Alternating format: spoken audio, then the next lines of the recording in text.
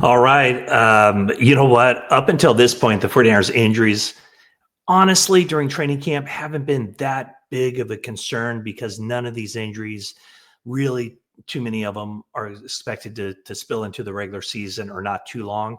But I will tell you, the first half of the game against the Raiders here on Saturday, this preseason game number 2, it could not have gone any worse for the 49ers. And I'm not sure exactly how teams work it as far as the injury reports during the preseason, but I can tell you this: it usually, whenever a team rules out a player just initially, just right from the start as out for the game, that's not a good sign. And that was the case here in the first half with two 49ers players, the most prominent being Dominick Puni, their outstanding second-year right guard.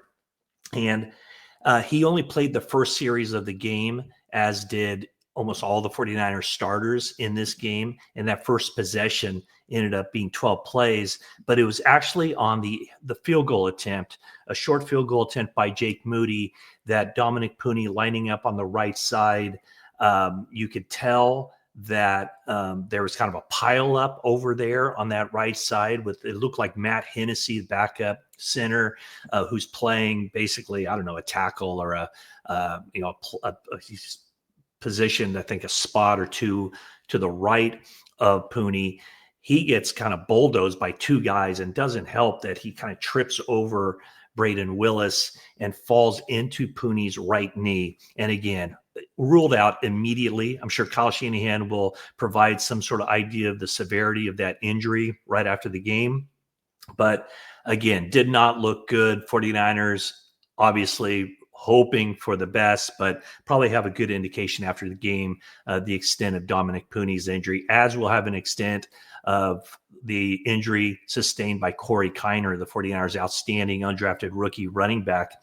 Kiner had a 19-yard run, looked great, and you could see his balance, staying on his feet, spinning away, but that left ankle got caught up underneath him, and you could tell he was in a lot of pain there, and ended up taking a cart into the locker room. So he was also ruled out immediately.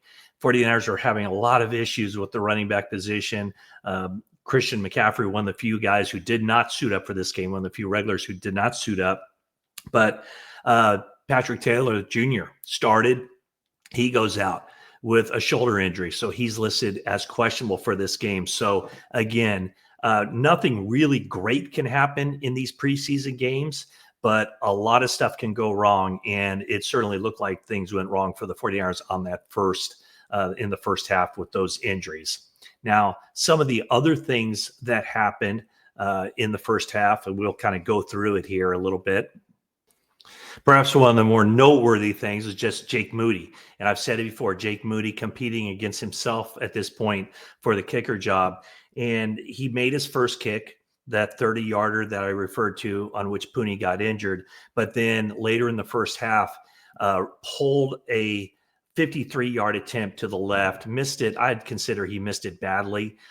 Yes, it was a 53-yarder, but he had the distance, everything, the setup of everything looked good, except for he missed it wide left. And it was a kick that probably, if it had been 40 yards or even 35 yards, he might have missed that wide left as well. It seemed like it started off left and it just stayed there. So certainly Jake Moody doing nothing in the first half to help his cause as he tries to hold on to his job.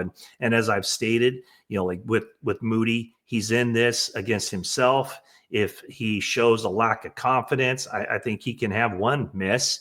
But if this kind of steamrolls for him, then the 49ers might feel obligated. They might feel like there's a need to go out there and look for another kicker. And we know that Greg Joseph, who kicked pretty well in 49ers training camp and in the offseason program when he was around, he's out there and he's available if the 49ers decide to go in that direction. But Jake Moody clearly doing himself no favors in the first half of this preseason game. Okay, now I'm going to hit some of the other stuff kind of randomly, just what I saw here in the first half.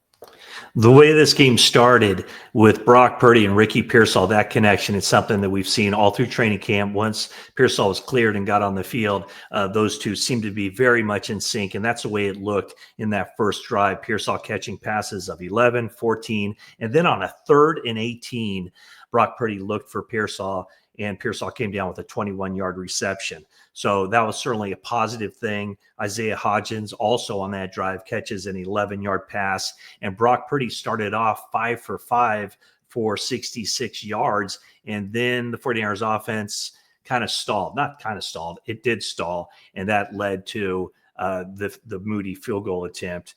Let's see. Once things got going defensively, the very first play for the Raiders early on there, it was Geno Smith going to Brock Bowers over Jair Brown. Jair Brown had decent enough coverage, but not that great of coverage, because that resulted in a 28-yard catch. Jair Brown, trying to hold on to that starting job with Marquis Siegel coming on, playing very well. Jason Pinnock remained out for this game. So that's where, Brown's got to make that play, I would think, even though he's going up against one of the best tight ends in the league. He was there. You got to make it.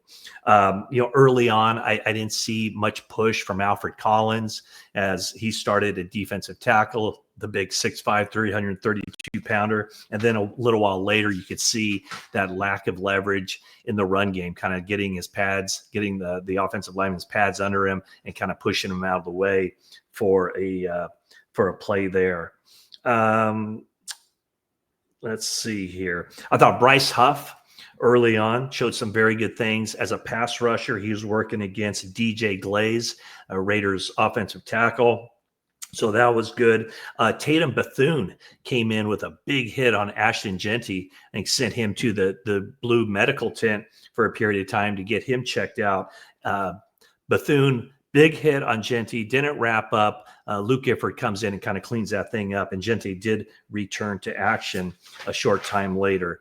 I thought Marquis Siegel, speaking of Marquis Siegel, really nice one-on-one tackle in space on a 3rd down against Raheem Mostert. We all know the kind of speed that Mostert has, but Siegel made the stop to force the Raiders into a situation there where they had to settle for a field goal.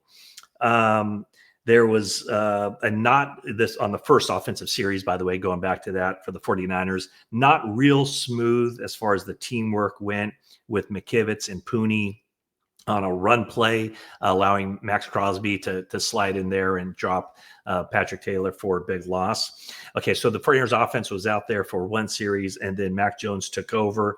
He and Hodgins had a nice connection going as well. Isaiah Hodgins, 2 catches for 21 yards. Also, Demarcus Robinson, a nice first half for him as he catches 3 passes for 44 yards. Demarcus Robinson looking like if he's out there on the field, he could be a factor for the 49ers, at least during this time early in the season when they might not have all their guys out there. After a couple nice plays from Mac Jones, clear, I guess it was a miscommunication. Couldn't really tell what was going on there. He tried to get a pass to Robbie Chosen, but the safety, Jeremy Chin, was just kind of lurking underneath. It didn't look like a real clean route or play, and Mac Jones gets picked off right there. For the defensive line, obviously a lot of new defensive linemen out there for the 49ers. Evan Anderson kind of gets swallowed up on a 13-yard run. The D Winners had a nice tackle on Genty, pretty much took his head off. I talked about Dallas Flowers before the game. He had nice coverage on Michael Mayer, the tight end, but that didn't prevent them for hooking up on an 11-yard pass. Those are some of the things I saw. Nick Martin had an interesting first half. You could see the flashes, how he just blasted through the hole right past Will Putnam, the center, to pick up a sack. He also made a really nice play another time, but then took a bad angle later in the first half, which allowed the Raiders to pick up some yards and ultimately get a field goal out of that. So Nick Martin, mostly a good first half for him as he tries to bounce back from that game that he had against the Broncos, which did not go so well. Travis Gibson, do you know him? He's a defensive lineman the 49ers just recently picked up. He got a sack as the 49ers brought some pressure. Robert Saleh dialing it up a little bit more in the preseason than we've seen him dial it up before.